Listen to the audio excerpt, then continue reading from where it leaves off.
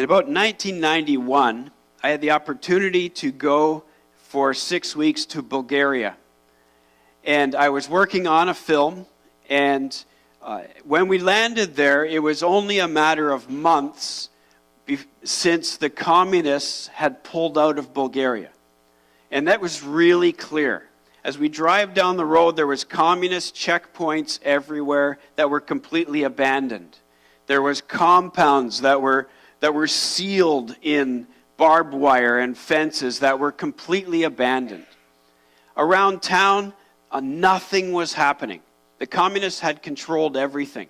The communists had controlled the systems for utilities, for electricity, and for sanitation. And when they had pulled out, there was no structure.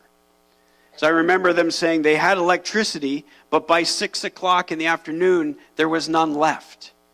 And the structures were still there, but there was no management. And the same for sanitation and for the parks and the roads and the streets. The communists had just pulled out and left everything. And there was this massive void in the country. Entertainment had been completely controlled. The symphonies and the plays and the theater, everything had been controlled completely by the communists. And when they pulled out, there was nothing left. So what was happening when we got there was that there was this mad dash of people to try to become and embrace and live everything America. And so it was funny because just walking down the street, you would see all of the ladies and all of the teenage girls dressed like it was straight from a Hollywood movie. And we chuckled because they want so desperately to be like America, but nobody had done the research. They really didn't know what America was like except from what they could see on the movies or in TV. And one of the funniest things was the one day we broke for lunch and there was a restaurant in downtown Burgas that had this big sign that said American hamburgers. And after eating cucumbers and tomatoes and feta cheese for 5 weeks, an American hamburger sounded so good. So we broke for lunch and we all flocked to this little restaurant, and we got in there and we realized the same thing was true. Nobody did the research. They didn't know what an American hamburger was. And so they had a bun with a slab of ham on it, and that's it. That was a hamburger. Desperately wanted to be like the USA, but nobody did the work to figure out what that really was, to figure out what the truth was. So what happens when the idea or the intent or the actions are well-intentioned, but they don't line up with truth? That's in some way the message that John is talking about this morning. We've been in a journey through 1 John. If you have a Bible, you can turn there. If you don't have a Bible with you, it may help you this morning to have it in your hands. There's lots of them at the back. Feel free to go back and grab one. And you can keep it if you don't have one. There's lots of them back there. There's also back there some activities for little kids if you happen to be in here. And if you're in between there and there, if you are a young teen or something like that in here, then you want to take notes while I'm talking this morning. There's paper and pen at the back. And afterwards, if you bring those notes to me, I will be out at the back doors, and I will have a big bowl full of Skittles. And if you take notes this morning, if you are, let's say, under grade 9, if you'll take notes this morning, come and show them to me, and I will give you some Skittles. But let's go to 1 John. 1 John chapter 3. Last week we looked at verses 11 to 19. And I want to pick up right in the middle of that again this week and pick up from there and keep going. So 1 John chapter 3, I would like to read verses 16, 17, 18, and 19. By this we know love. That's where we were last week. Over the course of this summer, we're looking at 1 John at those words. By this we know, or so that you may know, or how do we know? John does this over and over. So last week, by this we know love, that he laid down his life for us, and we ought to lay down our lives for the brothers. Verse 17, but if anyone has the world's goods and sees his brother in need, yet closes his heart against him, how does God's love abide in him? Little children, let us not love in word or talk, but in deed and in truth. By this we shall know that we are of the truth, and reassure our heart before him. So last week we looked at how do we know love. We said, by this we know love. Look at Jesus. Jesus is the picture of that. And in chapter 2, verse 6, if we claim to abide in him, walk like Jesus walked. Imitate him, be like him. When we give our lives to him, he moves in. He lives in me. He fills me with his Spirit. And if that happens, and when that happens, then people see him more than they see me. That's the way this should work. So last week, very simply, love like Jesus loved. So what does it say then in verse 18? Let us not love in word or in talk, but in deed and in truth. In deed and in truth. To love in deed, in action, and in truth. What does that part mean? To love in truth.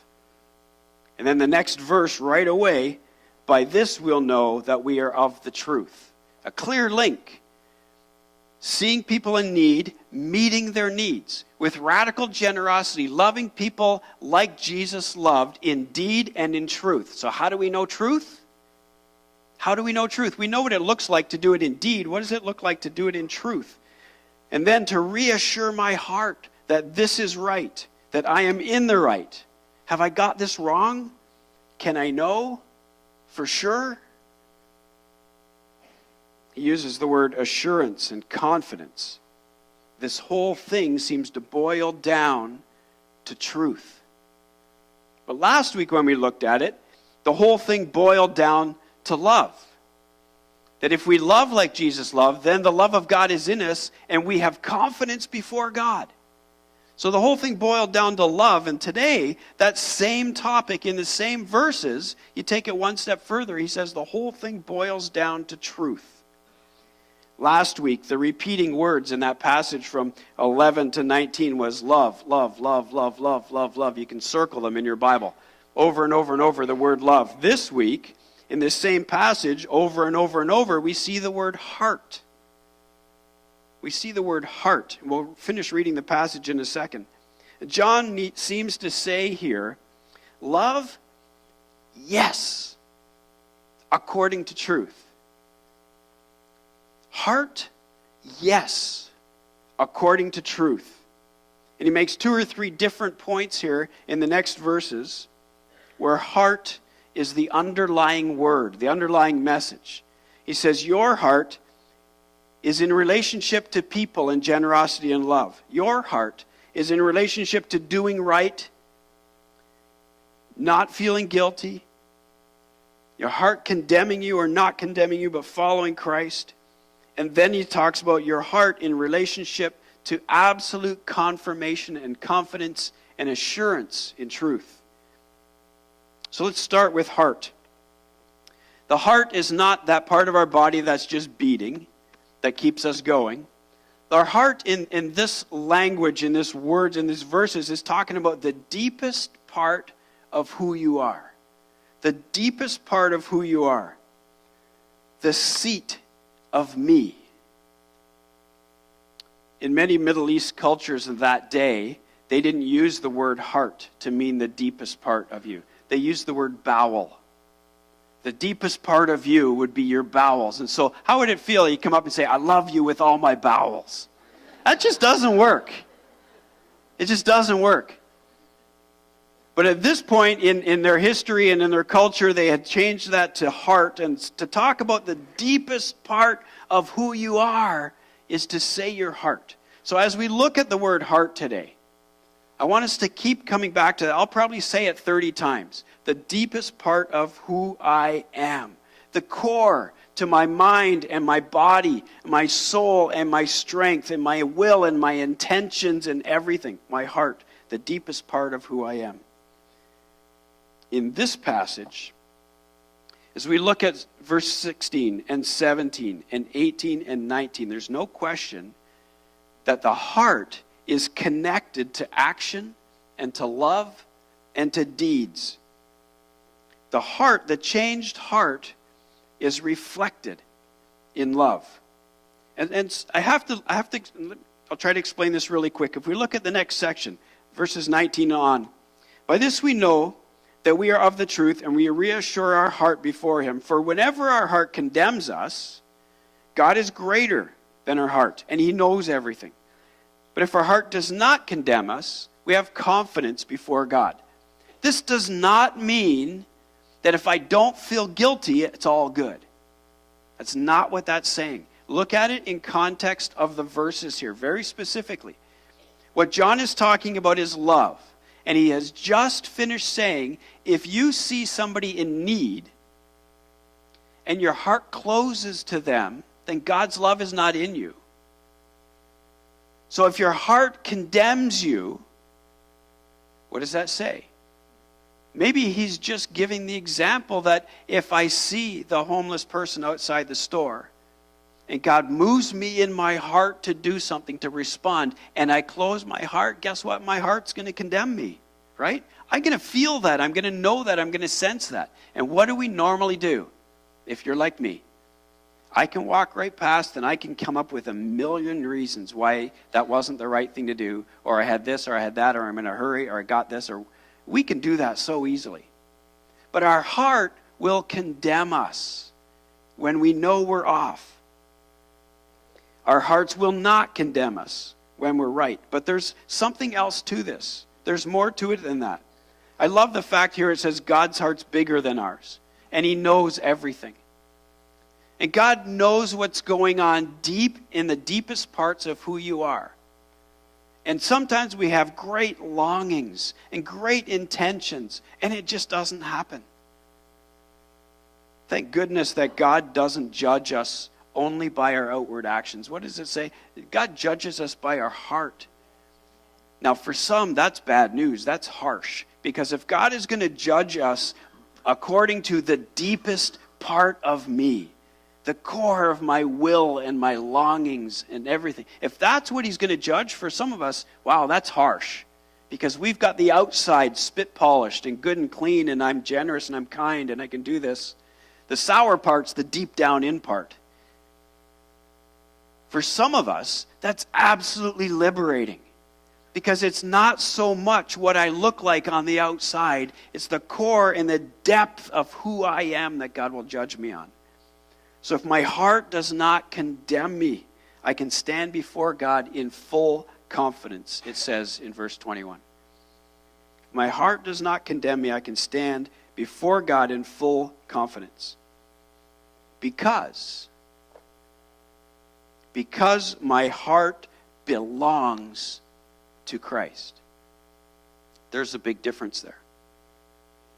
If the deepest seat of me has been given over to Christ, then it's his to control, it's his to lead, it's his to call. My heart will beat with his. And think about that. In that context, I've given him my heart. It's his to own, to rule, to lead, to guide, the deepest part of me. If that is his, then I can trust my heart to condemn me or not condemn me. When my heart calls out, whoa, whoa, whoa, whoa, stop. I need to stop. When my heart is in tune and this is good and it's right, because he owns my heart, I need to be sensitive to that. This is what I think John is saying. But if my heart is closed to the need and I walk right past, even if I've got a million excuses, then John says, how is the love of God in me? God uses his presence in me to move my heart. This is part of how the Holy Spirit works. It's God's provision for his people. He gives us a super, oversensitive, aware, alert, power-packed, full of love heart, the deepest part of who I am. So you want confirmation that you walk with God? That he is in you? That you are his child? That I can stand at heaven's gates at the end and have confidence? What does John say here?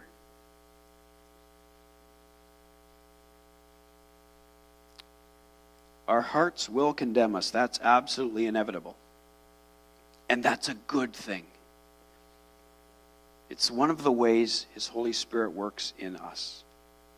The deepest part of who I am in the hands of Jesus. Are we perfect in this? I know I'm not. I'm assuming you're not. Probably a long way from it. But here's the beautiful part. As I've already said, God does not judge by appearance. God judges the heart. He knows our love, our longings, even the things we long for that never took place. It gives us hope. So how do we get there? How does this happen? Only with a complete heart overhaul or transplant. My heart has had major surgery. It's actually become his heart. That the core of who I am is his. It's him. Scripture says in Colossians that Christ in me. Not Christ and me. It's not we have a relationship and he's along with me. It's he's in me. To give over, to surrender to the lordship and the control is great. To ask him to save me, great. I accept it, great. But I have to give him all. He is Lord. I give him my all, including my heart. So when my heart is in tune that way with him, with his heart, as it beats with his, then my heart is an amazing thermometer of whether I'm in the right or in the wrong. Okay, back to where we started. In these verses here, the heart and the truth are absolutely interconnected. There's no way of separating those things. The heart and the truth, and John makes this clear here, they have to be connected. Hebrews chapter 4, verse 12, just a couple of pages before. Many of you will know this verse. It says, "For the word of God is living and active, sharper than any two-edged sword, piercing to the division of soul and spirit, of joints and marrow, discerning the thoughts and the intentions of the heart." Do you know what? That verse just as clearly connects truth and heart.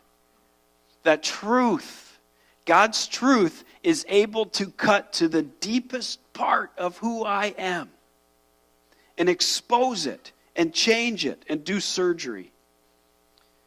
The American hamburger in Bulgaria, the great intentions and the great thoughts and ideas and desires, but didn't do the necessary work to find out what the truth was so that they could align.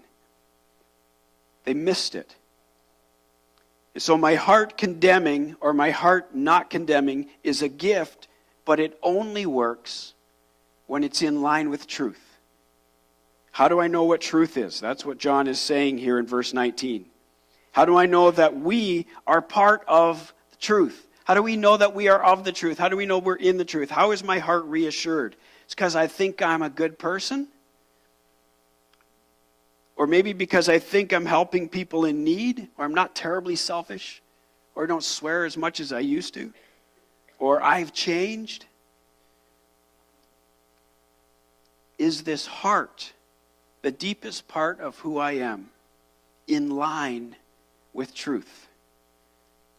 Look at verse, let me read 18, 19, I'll read to 24. Start at 19.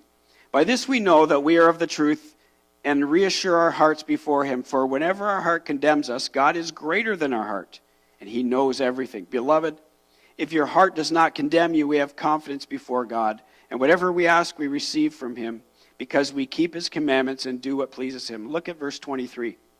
"And this is the commandment, that we believe in the name of the Son of Jesus Christ. We believe in the name of his Son, Jesus Christ, and love one another." What are those two things there? It's two quick commandments.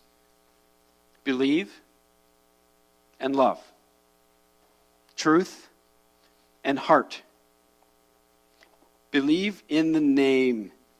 But believing is not believing something I conjure up and I think through and I figure my way out to. It's not my view of God. It's not what I think of God. It's not my self-creation or definition of who God is, but correct and truth. What is true regardless. What is true apart from my affections or my preferences or my thought. I have a very good friend, and he has what he calls a relationship with God. He spends time every day outside, sitting there talking to God for a long time.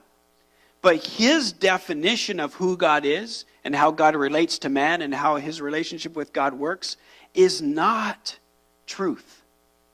Because God has given that to us already. God has revealed his truth to us. And we don't have the right to shift that or twist it or change it. Truth is truth. And so that our heart then has to be anchored in truth if the condemning and not condemning part of it is going to work. Interesting thing here. I want to take a little detour here and just figuring out if I have enough time to do this. Look at verse 23. And this is his commandment, that we believe in the name of the Son, Jesus Christ. What does it mean to believe in the name? I'm not talking about the name Jesus. That's his name. But let me say this. In the last summer I talked a little bit about this. In the ancient world, the name of somebody was absolutely critically important. The name was the sum of a person's character, personality, behavior, their heart, their action, their purpose, their mission, their reputation. The total makeup of who you are was summed up in your name. When they named a child, they worked hard at that. Sometimes it was named because of the situation around a birth. Sometimes you were named because of hopes and dreams for you. Sometimes you were named for different reasons. Sometimes people had a name because of who they were. Blacksmith, your name was Barber. That's a good example, right? Your name's Barber. Well, that's who you are. You're the barber. And that's the whole idea here. So as we look through Scripture, we see people like Naomi. Her name means pleasant. We see Nabal, whose name means fool. How would you like that? Onesimus was a slave. The name Onesimus means profitable. Gershom, Moses' son who was born in the wilderness, Gershom means resident alien. How would you like that as a name? Hey, resident alien, supper time. That's what names were. Korah, the name means baldy. Jacob means heel or under the foot of. And God changed his name to Israel. Israel means successful and happy. But Jesus said in John chapter 17, Jesus said, I have made my name known. I have made my name known. We don't need to figure out the character and the essence and everything Jesus is. We don't have to figure out because he's made it known. But the name also means ownership. When David would take over a city, he would rename the city, demonstrating his ownership over it. Adam, naming the animals, was a declaration of superiority, of ownership. When we look at Jesus and the name, believe in the name of his Son, Jesus Christ, is the name above all names, which means he is it all. He is it all. Jesus means Jehovah that saves. Christ means the anointed one. There's more than 150 names of Jesus in Scripture. They're not names like Bill or Fred. They tell us who he is, his character, his essence, his reputation. He's the bread of life. He's the cornerstone, his deliverer, lion, lamb, shepherd, mediator. His name is faithful and true. His name is light of the world. His name is the Word of God, the Redeemer, and truth. These are all names of Jesus through Scripture. You want to know him? All he is, his reputation, his character, his roles, his passions, his whole essence, the deepest of who he is. When we know his name, we know him. So, to believe in his name, is complete acceptance of his messiahship, his person, his mission, who he is, his passions, his personality, all of it. And to believe it correctly. Because I don't make that up. You don't make that up. We don't figure it out. He's given that to us. Here's a great picture of how this works. To believe in his name is to take his name. To bear his name. To be a child of God. That I've got his family name. To accept and believe is to wear it, to own it. His name is on me. Jeremiah 15 says, I bear his name. Revelation chapter 3 says he puts his name on us. 1 Chronicles 7 says that God says, my people I will call by my name. It doesn't mean he's going to call us Jesus.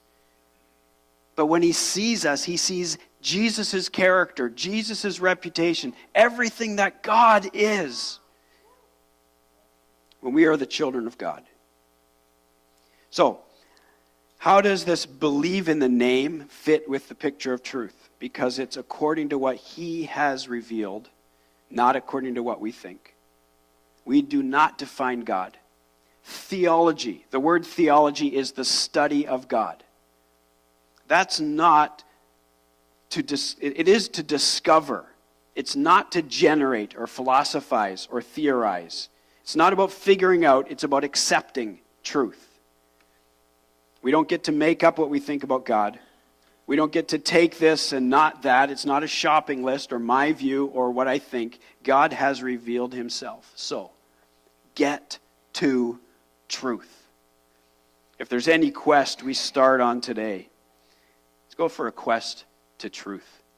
Discover truth. Find truth with all that we are. Okay, so John gives us two things here in this passage.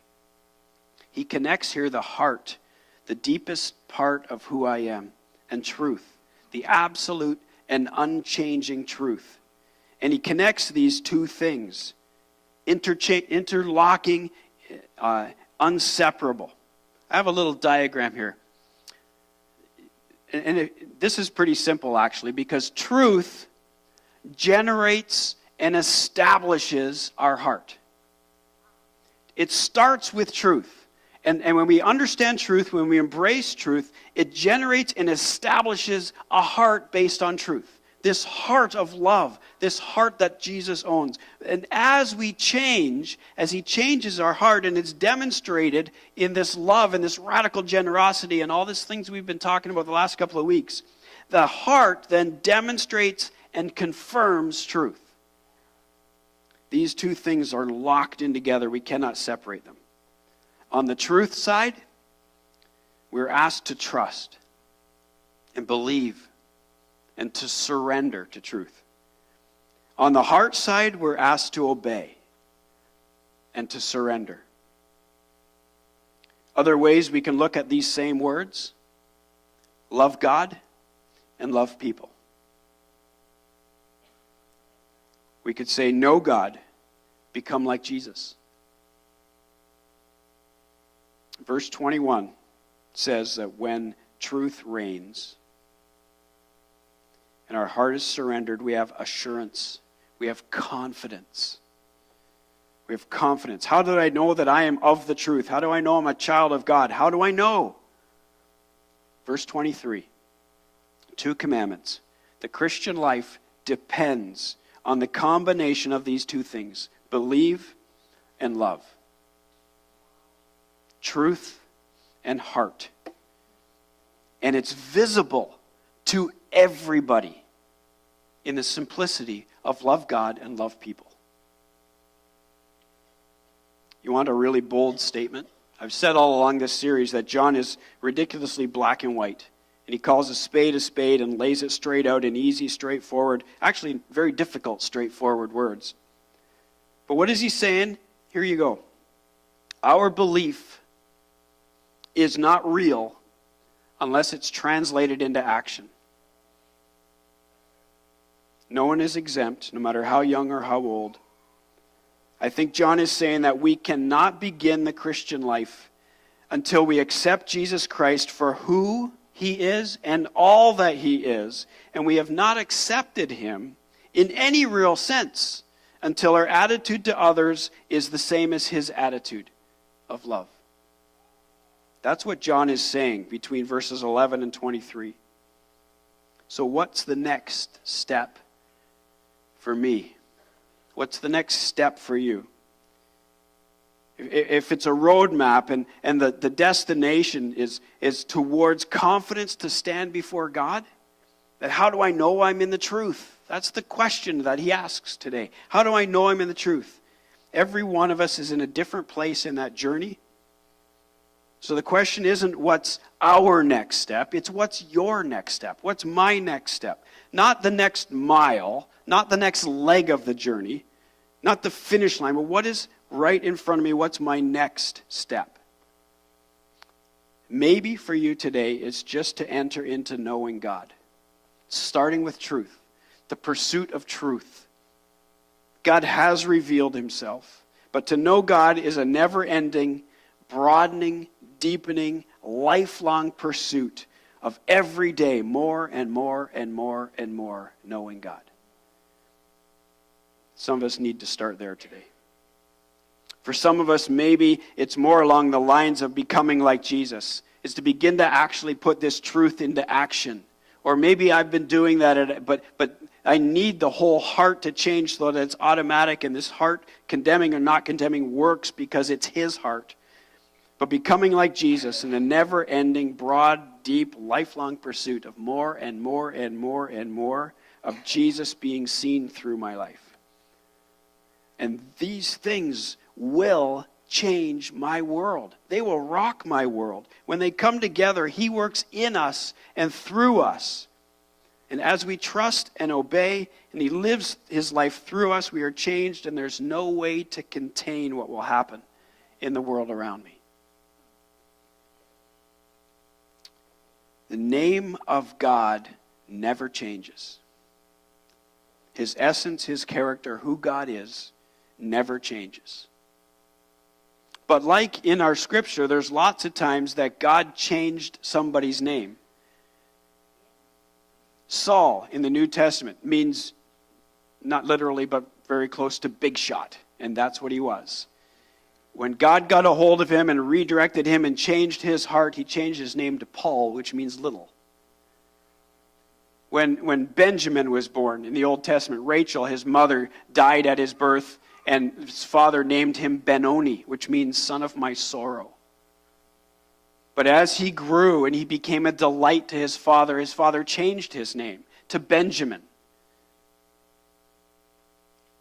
Abraham, his name was changed from Abram, which is loving father, to Abraham, father of a nation. And Jacob, I already said, from heel or under the foot of to successful and happy in Israel. Does God want to change your name today? The core of who you are, your heart, your essence, your character, everything, to put his name on you. Do you bear his name? I started by talking about Bulgaria, and let me finish this way too, because these people that desperately wanted to know, they desperately wanted to be, but they had only heard little bits of tidbits of what it was like in America, and so they were grabbing at those things. But there's something else there too, because for their whole lives, the Word of God was illegal in communism. They could not have it, they could not read it, they could not hear about it. And guards were in the churches, making sure that what was said was appropriate to communism. And what was funny, was brilliant, was as we were there just months after communism had gone, these people were clamoring to find out about God. It had been held from them. So as this whole movie shoot went on over 5 or 6 weeks, and were able to build relationships with them, at the end of the 5 weeks, we went to a beach and we had a big wrap-up party with a barbecue and all that kind of stuff. And I got the opportunity for a few minutes to stand with a translator and tell them the simple truth about Jesus. And none of them had ever heard that before. It was like sharks in a feeding frenzy to hear the truth. We passed out a box of Bibles there, and I'd never seen anything like it before. One of the men that was working on the film was a university professor, and he had wanted his whole life to have his hands on a Bible. And when he got it, for the next 3 days, we never saw him without it open, and he was pouring through it. I say that to say this. All the great intentions and the great behavior and the things I do or don't do is good. But if it's not aligned with truth, we've missed the mark. Heart and truth is what John is saying. Absolutely interconnected. Completely the core to that is who Jesus is. So what's your next step? Let me pray.